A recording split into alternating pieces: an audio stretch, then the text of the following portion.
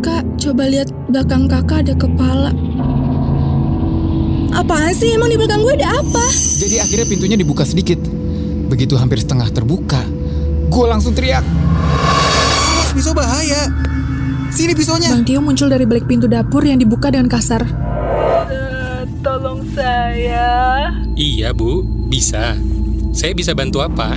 Saya nggak bisa gerak. Kami menyusul masuk ke musola dan benar Ami lagi nangis ketakutan. Badannya dilumuri lumpur dan penuh darah. Kini tangan itu mulai bergerak perlahan dan menggapai-gapai mencari di mana letak palang pintu. Begitu kami sampai di pintu gudang, Duyusi Wadaisi kembali menyuguhkan sesuatu yang membuat rasa takutmu bergejolak. Sesuatu yang berbeda, kelam, gelap, dan lebih mencekam. Yang tak terlihat. Eksklusif hanya di Spotify.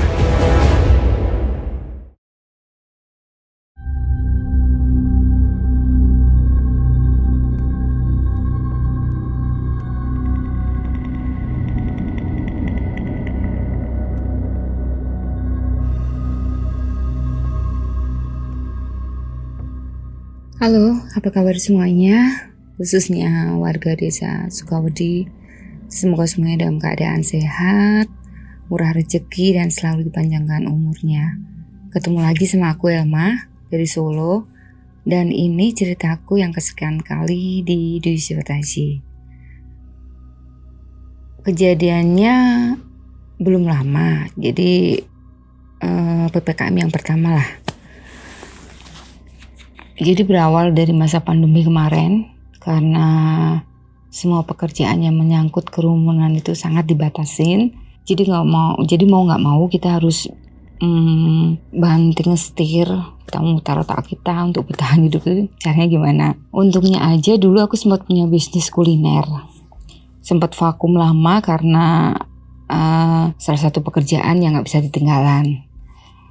Jadi iseng-iseng sih kemarin waktu pandemi awal itu aku buka kembali. Jadi bisnis kulinerku itu online. Jadi ada di aplikasi yang lagi marak lah, food gitu. Yang jelas aku ganti menu. Kalau kemarin menuku itu ada ayam goreng apa. Cuman aku kok ribet ya karena ternyata cari ART yang mau stay di rumah itu susah. Adanya ya ART yang pagi datang, jam 5 dia pulang.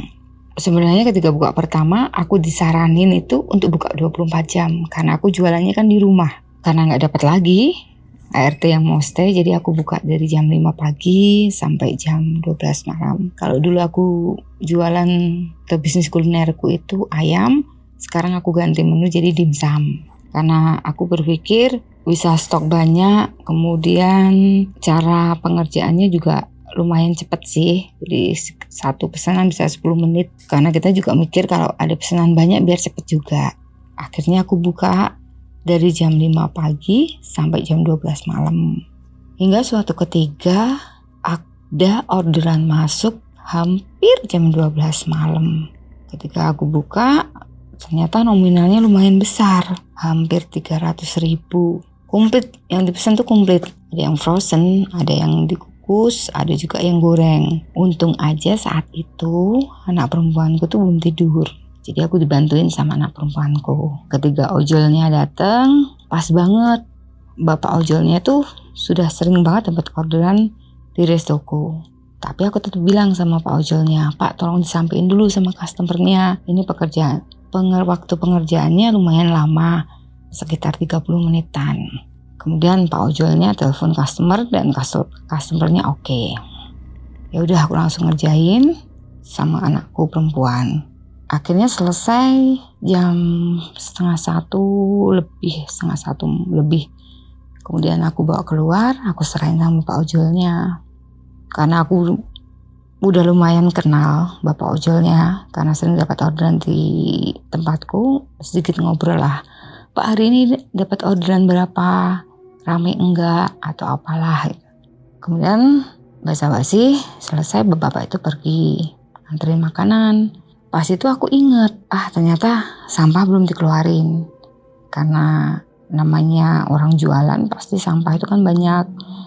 Karena di kampung kan setiap bulan kita ditarikin retribusi sampah, kemudian sampah kita taruh luar. Kebetulan anakku yang laki-laki mungkin lupa karena biasanya dia tugasnya buang sampah. Ini aku masuk lagi ke rumah, aku ambilin sampah yang ada di dapur sama yang di luar. Aku ambil, aku buang di depan. Di depan ada tong sampah yang lumayan besar, aku tuang di situ. Jadi nanti keranjangnya yang kecil ini masuk lagi di dalam rumah. Di cerita yang sebelumnya aku pernah cerita bahwa lokasi rumahku itu tusuk sate. Walaupun tusuk sate sebenarnya selalu ramai karena di seberang jalan agak kanan tuh ada pos ronda. Biasanya sih yang ronda juga sampai jam 12 juga ada orang nongkrong. Cuman mungkin karena masa PPKM ada sih orang nongkrong tapi mentok sampai jam 10 malam. Dan pos ronda itu berdiri di halaman rumah tetanggaku. Jadi dulu 16 tahun yang lalu aku pindah di kampung ini. Rumah tetanggaku tuh masih kayak tanah lapang kebun gitu. Dan sekarang udah dibangun 3 rumah besar-besar, mungkin dibagi buat anak-anaknya. Tapi sekalipun di situ dibangun 3 rumah besar, tapi halaman depan sama sampingnya tuh masih luas banget. Lalu dibangunlah pos ronda itu di halaman rumah tetanggaku yang bisa dibilang sangat kaya. Pas di belakang pos ronda itu ada pohon jambu batu 1. Kemudian agak di belakang lagi tuh ada pohon mangga. Pohon mangganya tuh sebenarnya umurnya udah tua karena ketika aku pindah di kampung ini pohon itu udah ada. Jadi mungkin umurnya lebih dari 16 tahun. Tapi yang bikin takjub pohon itu tuh pohon mangga itu nggak pernah kering. Jadi semakin hari itu semakin rimbun. Kadang kalau dahannya udah banyak itu emang dipotongin sama yang punya. Mangganya itu jenis mangga tali jiwo. Jadi mangga tali jiwo itu mangganya nggak begitu besar, warnanya hijau. Jadi mau matang atau enggak tetap hijau. Dan sekalipun mentah, mangga itu nggak kecut-kecut banget. Jadi kadang-kadang kalau pas berbuah banyak banget, buahnya itu bisa dikasih di tetangga sekeliling, termasuk aku juga kebagian. Pas aku buang sampah, aku berdiri karena aku tuh suka banget sama bunga mawar. Apalagi bunga mawar itu kan bunga yang nggak musiman. Jadi selama kita rajin siram, kita rajin potong tangkainya, bunga mawar itu akan berkembang terus. Karena butuh sinar matahari, bunga mawar itu aku taruh di depan. Jadi benar di depan itu, di dekat tong sampah itu. Ada 3 pot gede-gede gitu. 1 pot aku tanamin 2 warna bunga mawar. Jadi ada merah sama kuning, peach sama pink. Yang di depan tuh merah tapi gradasi putih. Pas itu bunganya tumbuh semua. Jadi udah kayak rangkaian bunga bagus banget itu. Aku berhenti di situ. Habis buang sampah aku berhenti di situ. Aku liatin bunga mawarku, mengagumi hasil karya yang aku pelihara selama ini kan. Aku siram, aku potongin, aku rawat. Jadi tangan kiriku tuh masih pegang tong sampah yang di dalam rumah. Aku liatin bunga mawarku. Jadi itu sekitar hampir jam 1-an seingatku. Karena Pak Ujor selesai kan jam 1 lebih. Aku ambil sampah hampir jam 1 lah kira-kira. Gitu aku berdiri di dekat pohon mawarku sambil lihat bunga mawar yang lagi mekar. Tiba-tiba pohon mangga tali jiwa tadi yang rimbun banget. Nanti aku setelin fotonya deh. Itu bergerak sendiri. Rusak. Tapi anehnya bergeraknya itu cuma pohon itu. Karena kalau itu kena embusan angin, pasti lonceng angin di rumahku itu pasti bunyi. Karena di depan rumahku kan aku kasih lonceng angin yang kalau ketiup angin pasti bunyi. Glinding. Katanya sih buat tolak bala, tapi sebenarnya ya aku suka aja bunyinya. Pas malam gitu sendirian bisa bunyi glinding. Aku pasang di situ, tapi kok lonceng angin milikku tuh nggak bunyi. Tapi pohon mangga itu tetap gerak. Lama-lama gerakannya tuh tambah kenceng, jadi kayak digerakin dari dalam gitu loh. Awalnya aku pikir itu pasti kelelawar atau bahasa Jawanya tuh kalau kelelawar di tempatku tuh codot. Jadi semacam kelelawar yang suka makan buah-buah yang udah mateng. Karena setiap aku lewat di situ pasti ada aja pohon mangga yang ada mangga yang jatuh yang udah dimakan codot itu. Pikir itu, tapi kok geraknya kayak pohon itu tuh bergerak semua gitu. Satu pohon tuh kan gede, itu gerak semua. Kuyuk gitu. Dan tiba-tiba tuh badanku tuh kayak susah digerakin gitu. Kalau aku bilang nge-freeze sih kurang. Aku pikir badanku tuh jadi kaku, bener-bener kaku dan nggak bisa digerakin. Dan kayaknya tuh terutama leherku tuh nggak bisa buat gerak noleh ke kiri, noleh ke kanan tuh nggak bisa. Jadi kayak harus melihat ke pohon mangga itu terus. Wah, ada yang nggak beres ini. Dalam hati aku udah ngerasa. Padahal tangan kiri itu masih pegang tong sampah yang di dalam rumah. Aku pegang gitu. Tapi gerak sedikit pun juga nggak bisa. Tiba-tiba pohon mangga tuh bergerak lebih cepat dari yang tadi. Lama-lama pohon mangga tuh agak apa ya gambarannya tuh agak ada cahaya juga enggak. Cuman tiba-tiba di situ tuh aku kayak bisa kayak kebuka gitu loh, kayak kebuka. Oh, kebuka gitu. Jadi di situ tuh yang suara gerak pohon kayak digerakin tadi itu ternyata di situ ada beberapa anak-anak kecil yang berlarian. Jadi sekitar ada 4 orang.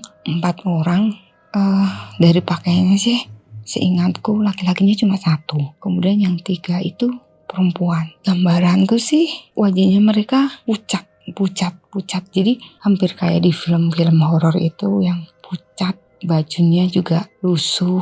Kemudian rambut anak kecil yang perempuan itu ada yang dikuncir, ada yang terurai. Cuman benar-benar kusut, nggak dirawat. Dan mereka berempat tuh lari. Lalu naik ke pohon ke dahan satu, turun lagi, naik lagi, turun lagi, naik lagi. Dan saat itu tubuhku tuh benar-benar kaku, nggak bisa digerakin sama sekali. Jadi aku benar-benar bisa melihat anak kecil tuh kayak main biasanya sama teman-teman. Belum habis di situ, tiba-tiba pohonnya tuh geraknya lebih cepat lagi. Kayak kapal digoyangin gitu. Tiba-tiba di pucuk pohon mangga itu, pucuk sendiri itu ada cewek duduk di situ. Kenapa aku bilang cewek? Karena rambutnya itu panjang sampai ke bawah. Cuman posisinya dia membelakangi aku, jadi aku nggak lihat wajahnya kayak apa. Tapi dia di situ tuh duduk sambil ngelus rambutnya tuh pelan banget, kayak santai banget, kayak orang santai sendiri. Dan dia tuh nggak mempedulikan anak-anak kecil tadi yang lari naik turun. Setelah itu tiba-tiba yang di dahan tengah itu ada keluar sosok satu lagi. Sosoknya tuh laki-laki, nggak kelihatan wajahnya sama sekali. Tapi yang jelas rambutnya tuh sebau, tapi rambutnya awut-awutan gitu. Dan matanya tuh merah menyala. Jadi karena matanya tuh merah gitu, wajahnya jadi nggak kelihatan. Dan yang sosok laki-laki tuh duduk di tengah dahan itu. Jadi kayak aku melihat bahwa oh itu tuh rumah mereka. Jadi yang laki-lakinya tuh di tengah. Jadi laki-lakinya tuh cuma diem aja, yang anaknya itu lari naik turun diem aja, sama kayak perempuan yang di atas itu yang rambutnya panjang sekali tuh sampai ke tanah itu. Padahal pohon mangga tuh tinggi banget. Dan yang bikin aku merinding karena saat itu betul-betul benar-benar kaku, jadi nggak bisa digerak, harus lihat ke pohon mangga itu terus. Dan saat itu PPKM, gerbang utama ditutup, jadi nggak ada satupun orang yang lewat. Kalau kemarin di pandemi kemarin orang jualan kan masih ada, tapi saat ini kan orang jualan di tepi jalan jam 8 aja sudah suruh tutup semua. Jadi tetanggaku yang sebelah belakang yang dulu aku sempat ditolong mereka saat aku cerita lihat sosok tanpa kepala itu, dia nggak lewat. Dalam hati, ya Tuhan ini gimana, aku udah ngucap doa sebisa. Akhirnya tiba-tiba belum sampai di situ, perempuan yang di atas itu tadi dia turun, turunnya tuh pelan, tapi untungnya belum sampai di bawah. Tiba-tiba, ya Tuhan terima kasih banget, anakku perempuan yang bantuin aku tadi tuh, dia ngecek pintu kok belum ditutup, pagar juga belum tutup. Dia manggil aku, mah, ngapain di luar? Kan ketiga anakku keluar, pundakku di sebelah kiri gitu dipegang. Mah, langsung aku bisa gerak. Seketika itu aku langsung kayak bisa bernapas lega, mau teriak tapi nggak bisa. Cuman tong sampah yang ada di tangan kiriku tadi. Wah, aku banting, aku mau masuk ke rumah dan anakku tuh juga kaget. Jadi ada apa sih mah, udah tutup gerbangnya, tutup pintu kak. Langsung aku masuk ke kamar mandi, cuci muka, cuci tangan bersih. Aku berdoa sebisa aku yang aku panggilin sama Tuhan. Jadi aku nggak tahu kenapa belakangan ini memang banyak sekali hal yang bisa dianggap nggak mungkin tapi bisa aku lihat, dan itulah ceritaku. Semoga bisa menghibur. Terima kasih. Assalamualaikum warahmatullahi wabarakatuh.